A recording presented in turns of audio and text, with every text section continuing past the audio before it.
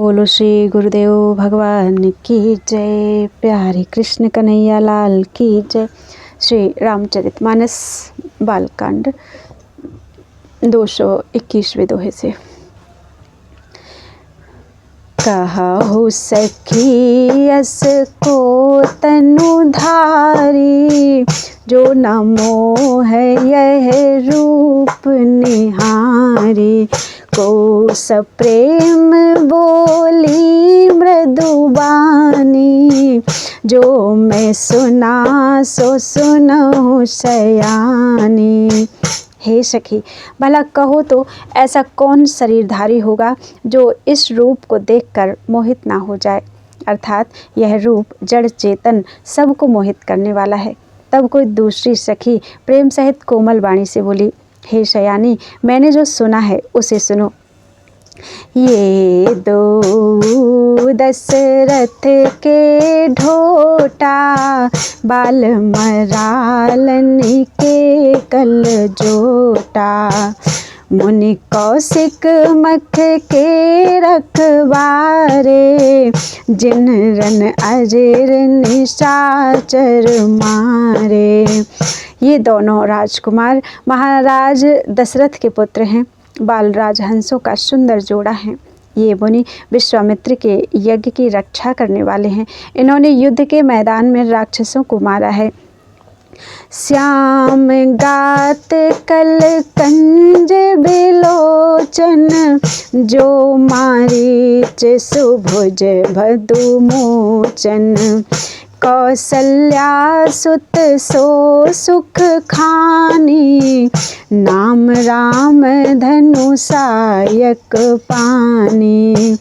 जिनका श्याम शरीर और सुंदर कमल जैसे नेत्र हैं, जो मारीच और सुबाहु के मद को चूर करने वाले और सुख की खान हैं, और जो हाथ में धनुष बाण लिए हुए हैं, वे कौशल्या जी के पुत्र हैं। इनका नाम राम है। गौर किशोर बेशुबर काछे, कर सर चाप राम के पाछे। लक्ष्मण नाम राम लघु भ्राता, सुन सुखितासु सुनो सखितासु सुमित्रा माता। जिनका रंग गोरा और किशोर अवस्था है, और जो सुंदर वेश बनाए और हाथ में धनुष बाण लिए श्री राम जी के पीछे पीछे चल रहे हैं, वे इनके छोटे भाई हैं। उनका नाम लक्ष्मण है। हे सखी, सुनो, उनकी माता सुमित्रा हैं। विप्र काजु कर बंधु दो, मग मुनि बधु उधारी। आए देखन चाप मख, सुनि हर्षि सब नारी। दोनों भाई ब्राह्मण विश्वामित्र का काम करके और रास्ते में मुनि गौतम की स्त्री अहिल्या का उद्धार करके यहाँ धनुष यज्ञ देखने आए हैं। यह सुनकर सब स्त्रियां प्रसन्न हुई। देखी राम छवि को एक काई, जोग जाने की यह बरुआई। जो सखी नहीं देख नर नाहु, पन परिहरि हठि करई विवाहो। श्री रामचंद्र जी की छवि देखकर कोई एक दूसरी सखी कहने लगी, यह वर जानकी के योग्य है। हे सखी, यदि कहीं राजा इन्हें देख ले तो प्रतिज्ञा छोड़कर हठपूर्वक इन्हीं से विवाह कर देंगे। को कहे ये भूपति पहचाने, मुनि समेत सादर सन्माने। सखी परंतु पनुराउ न तजई, विधि बस हठी अविवेक कहीं भजई। किसी ने कहा, राजा ने इन्हें पहचान लिया है और मुनि के सहित इनका आदर पूर्वक सम्मान भी किया है, परंतु हे सखी, राजा अपना प्रण नहीं छोड़ता। वह होनहार के वशीभूत होकर हठपूर्वक अविवेक का ही आश्रय लिए हुए हैं। प्राण पर अड़े रहने की मूर्खता नहीं छोड़ता। को कहे जो भल आहै विधाता, सब कह सुनिए उचित फल दाता। तो जान की मिली ही बरु एहू, नाहिन आली यहाँ संदेहू। कोई कहती हैं यदि विधाता भले हैं और सुना जाता है कि वे सबको उचित फल देते हैं, तो जानकी जी को यही वर मिलेगा। हे सखी, इसमें संदेह नहीं है। जो विधि बस अस बने संजोगु, तो कृत कृत्य होई सब लोगु। सखी हमरे आरती अति ताते, कबहु के ए आवही एही नाते। जो दैवी योग से ऐसा संयोग बन जाए तो हम सब लोग कृतार्थ हो जाएं। हे सखी, मेरे तो इसी से इतनी अधिक आतुरता हो रही है कि इसी नाते कभी ये यहाँ आवेंगे। नाही त हम कहूँ सुनहु सखी, इनकर दर्शनु दूरे। यह संघटु तब होई जब, पुण्य पूरा कृत भूरे। नहीं तो विवाह ना हुआ तो हे सखी सुनो, हमको इनके दर्शन दुर्लभ हैं। यह संयोग तभी हो सकता है जब हमारे पूर्व जन्मों के बहुत पुण्य हों। बोली अपर कहे हो सकिनी का, एहि बियाह अति हित सबही का। को कह शंकर चाप कठोरा, ये श्यामल मृदु गात किशोरा। दूसरे ने कहा, हे सखी, तुमने बहुत अच्छा कहा, इस विवाह से सभी का परम हित है। किसी ने कहा, शंकर जी का धनुष कठोर है और ये सांवले राजकुमार कोमल शरीर के बालक हैं। सब असमंजस आहै सयानी, यह सुनिया पर कहै मृदु बानी। सखी इन कहा को अस कहही, बड़ प्रभाव देखत लघु आही। हे शयानी, सब असमंजस ही है। यह सुनकर दूसरी सखी कोमल वाणी से कहने लगी, हे सखी, इनके संबंध में कोई ऐसा कहते हैं कि देखने में तो छोटे हैं पर इनका प्रभाव बहुत बड़ा है। परसि जासु पद पंकज धूरी, तरी अहिल्या कृत अघ भूरी। सो किरहि बिनु स्यो धनु तोरे, यह प्रतीति परिहरिय न भोरे। जिनके चरण कमलों की धूलि का स्पर्श पाकर अहिल्या तर गई, जिसने बड़ा भारी पाप किया था, वे क्या शिव जी का धनुष तोड़े बिना रहेंगे? इस विश्वास को भूलकर भी नहीं छोड़ना चाहिए। जेहि बिरंचि रचि सिय संवारी, तेहि श्यामल बरु रचउ बिचारी। तासु बचन सुनी सब हरसानी, ऐसे ही हो कहीं मृदुबानी। जिस ब्रह्मा ने सीता को संवार कर बड़ी चतुराई से रचा है, उसी ने विचार कर सांवला बर भी रच रखा है।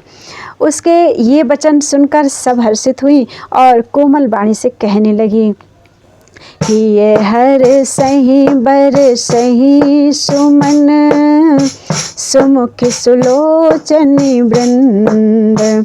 जाहि जहाँ जहाँ बंधु दो, तहाँ तहाँ परमानंद। सुंदर मुख और सुंदर नेत्रों वाली स्त्रियां समूह की समूह हृदय में हर्षित होकर फूल बरसा रही हैं। जहाँ जहाँ दोनों भाई जाते हैं, वहाँ वहाँ परम आनंद छा जाता है।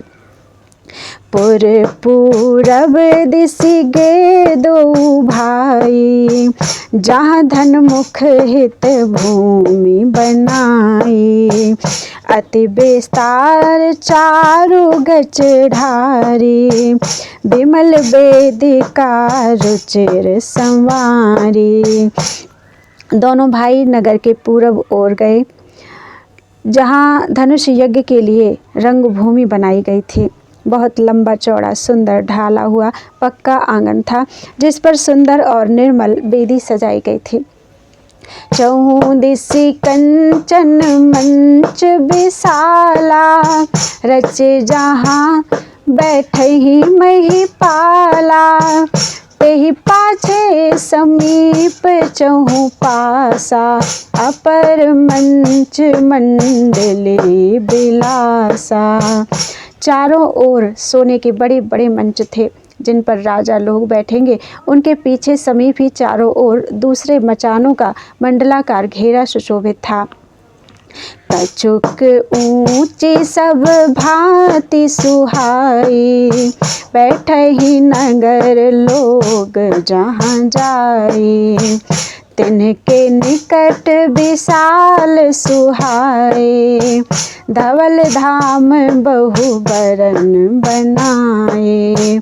वहाँ कुछ ऊंचा था और सब प्रकार से सुंदर था। जहाँ जाकर नगर के लोग बैठेंगे, उन्हीं के पास विशाल एवं सुंदर सफ़ेद मकान अनेक रंगों के बनाए गए थे।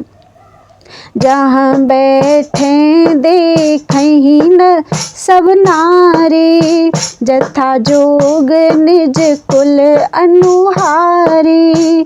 जहाँ बैठे देखहि नर नारी, जहाँ बैठे देखहि सब नारी।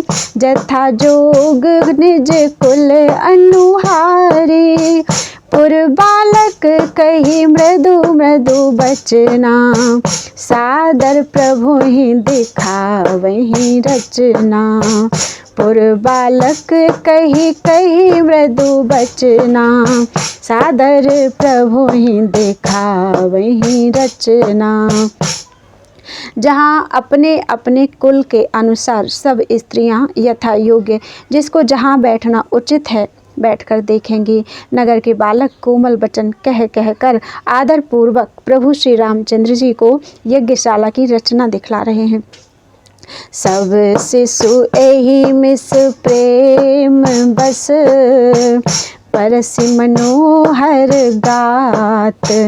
तन पुल कहीं अति हर्षुहिए, देखी देखी दो भ्रात। सब बालक इसी बहाने प्रेम के वश होकर श्री राम जी के मनोहर अंगों को छूकर शरीर से पुलकित हो रहे हैं, और दोनों भाइयों को देख देख कर उनके हृदय में अत्यंत हर्ष हो रहा है। शिशु सब राम प्रेम बस जाने, प्रीति समेत निकेत बखाने। निज निज रुचि सब ले ही बुलाई, सहित स्नेह जाहि दो भाई। श्री रामचंद्र जी ने सब बालकों को प्रेम के वश जानकर यज्ञ भूमि के स्थानों की प्रेम पूर्वक प्रशंसा की। इससे बालकों का उत्साह, आनंद और प्रेम और भी बढ़ गया, जिससे वे सब अपनी अपनी रुचि के अनुसार उन्हें बुला लेते हैं। और प्रत्येक के बुलाने पर दोनों भाई प्रेम सहित उनके पास चले जाते हैं।